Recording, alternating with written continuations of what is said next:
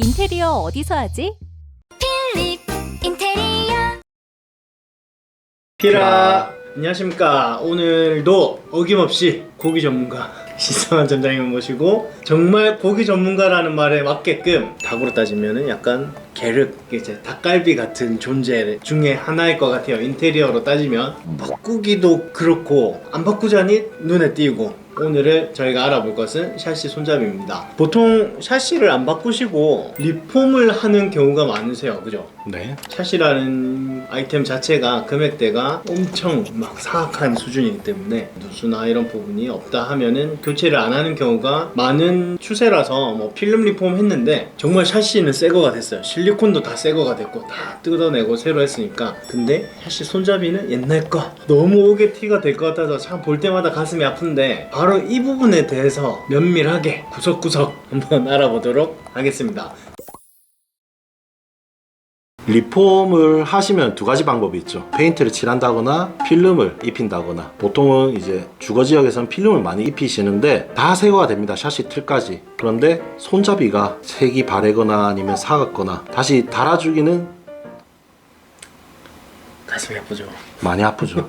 방금 상상했다가 조금 말문이 막혔는데, 첫 번째로는 아마 가격이 제일 먼저 궁금하실 것 같아요. 30평대 거의 기준으로 말씀을 드릴게요. 30평대 기준으로 손잡이가 거의 원자재만 한 50만원 정도 할 거예요. 뭐 내창 같은 경우에는 그냥 일반 손잡이지만 외창에는 또 자동 잠금 기능이 있고, 내창에는 오목 손잡이라고 해가지고 단가가 저렴한 손잡이도 있고, 그런 거를 다 취합했을 때 가격이 한 50만원 정도 나올 거고요. 이 손잡이를 우리가 시공을 할 수도 있어요. 아무래도 리폼을 해놓고 이러면 다 새 건데 자칫하다가 잘못 시공해버리면은 다시 리폼을 해야 되는 경우도 있기 때문에 시공비를 주고 시공시키는 게 좋을 것 같아가지고 말씀을 드립니다. 30평대 기준, 물론 이제 샤시 틀수나 확장 여부라든지 뭐 이런 거에 따라서 약간의 오차는 있겠지만, 대략 뭐 원자재 50만원, 시공비 20만원 해서 한 70만원 정도가 기준이 된다, 이렇게 생각하면 된다는 말씀이시죠?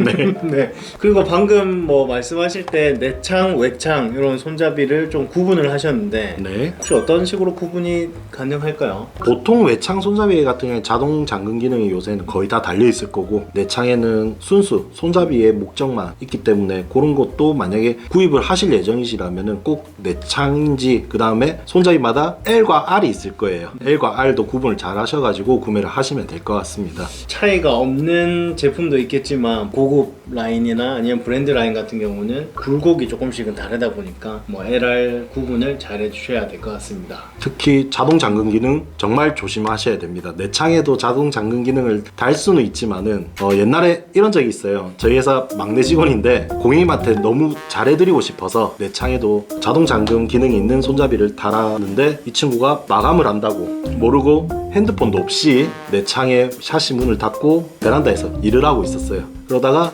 집 안으로 들어오려고 했는데 자동 잠금 기능 때문에 내창이 잠겨버려가지고 그 친구가 창문을 열어서 관리실에 가음을 질러가지고 사람이 발견하고 올라가가지고 문 열어준 경우도 있거든요. 곤란한 상황이 있었네요.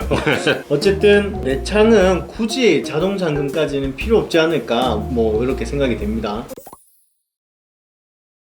샤시 손잡이 교체는 한 70만원 정도? 네. 샤시 리폼까지 한다 그러면 금액이 조금 클 것 같은데, 그럴 바에는 샤시 교체하는 게 더 낫지 않을까요? 금액적으로 봤을 때는 교체하는 것보다는 3분의 1 비용이라고 생각하시면 좋을 것 같아요. 우리나라에 3대 브랜드들이 있죠. 샤시 많이 하는 브랜드 3가지가 있는데, 뭐 여러분도 아신 것처럼 제일 비싼 건 아마 LG 샤시일 건데, LG 샤시 기준 30평대 교체를 하려면은 못해도 1000만원 이상은 들어갈 겁니다. 유리도 좋은 거 넣고 싶고 뭐 이렇게 한다면은 그 금액은 기하급수적으로 더 올라갈 거고요. 근데 그에 비해서 리폼을 하겠다 하면은 제가 봤을 때는 손잡이 교체까지 포함해가지고 30평대 기준 한 350만원, 그 차의 꿈으로 난 좀 더 예쁘게 꾸미고 싶은데 투자하는 것도 나쁘지 않다고 생각을 하거든요. 샤시 제조사 측에서 이제 권장 주기를 10년에서 한 15년 이 정도 기간을 잡고 있는데, 저희가 판단했을 때 주기가 뭐 사실 뭐 아직 짱짱하다 싶으면 굳이 가만 잘 있는 샤시를 교체 안 하셔도 괜찮기 때문에 뭐 이렇게 리폼을 권해드리는 경우가 많은데, 굳이 금액대를 보니까 가성비네요. 좋죠. 진짜 그냥 굳이 괜한 우려를 했다, 이런 생각이 듭니다.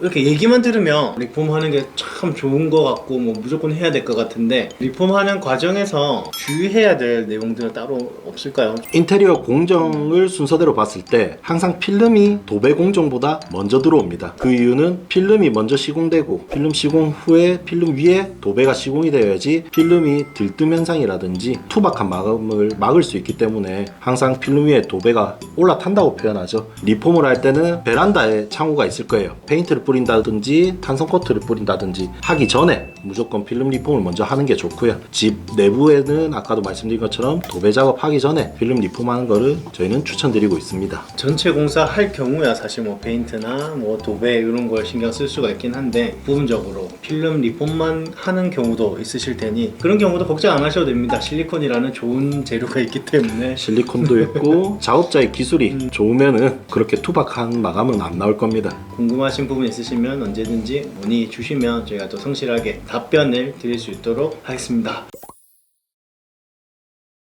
한 10분 중에 한 12분 정도가 항상 물어보시는 거 있는데 뒷면. 그쵸. 네.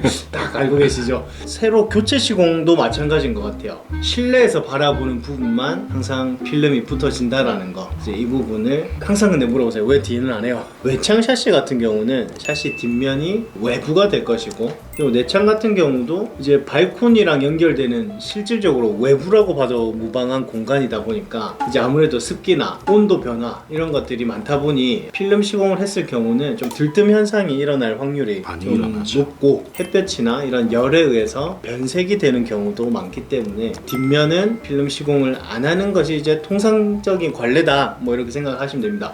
간혹 원하신다면 내부와 같은 필름이 아니라 외부 전용 필름을 사용을 하셔야 돼서 뭐 비용적인 측면이나 뭐 시공적인 측면 여러 가지 애로사항이 있기 때문에 PVC 그대로를 살리는 게 좋겠다 이렇게 말씀을 드리고 싶습니다. 신규 샤시에도 뒷면은 아마 원자재 그대로 노출되어 있을 겁니다. 필름 리폼은 실내에서 전면으로 보이는 부분만 리폼을 한다는 거 알고 계셨으면 하고요. 네. 주의사항 아까 전에 얘기하다가 한 가지 또 갑자기 실리콘 얘기하면서 생각이 났는데 샤시 리폼을 한다 그러면 기존에 붙어있는 실리콘을 다 걷어내게 되잖아요. 네. 그렇기 때문에 실리콘 작업, 코킹 작업이라고 하는데 이 부분도 확실하게 해주셔야 될 것 같아요. 무조건 해야죠. 안 하면은 경각심을 일으키기 위해서 좀 세게 말하자면 바람이 많이 불거나 태풍이 올 때는 유리가 빠집니다.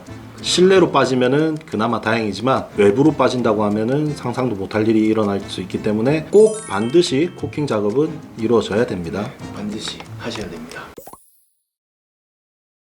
여기까지 필름 리폼, 샤시 리폼에 대해서 한번 잘 살펴보았고요. 다음번에는 구독자님들 궁금하신 거 댓글 달아주시면은 저희가 그거에 대해서 한번 샅샅이 파헤쳐서 알려드리도록 하겠습니다. 네, 구독과 좋아요 부탁드리겠습니다. 지금까지 필립 인테리어였습니다. 필파!